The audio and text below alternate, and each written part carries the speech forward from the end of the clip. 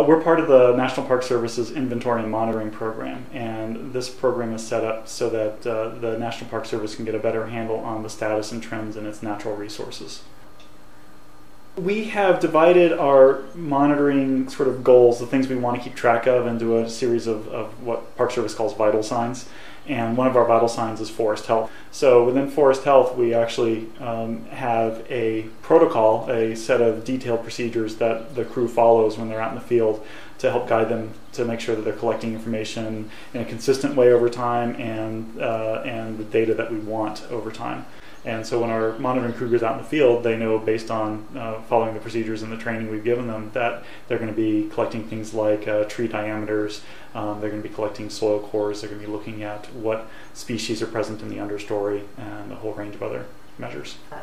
It's sort of like just like when you go in for a doctor's checkup and you get a and they run through your heart rate and check and see if your lungs are clear. The idea here is that we are a representative set of indicators of ecological health for the parks.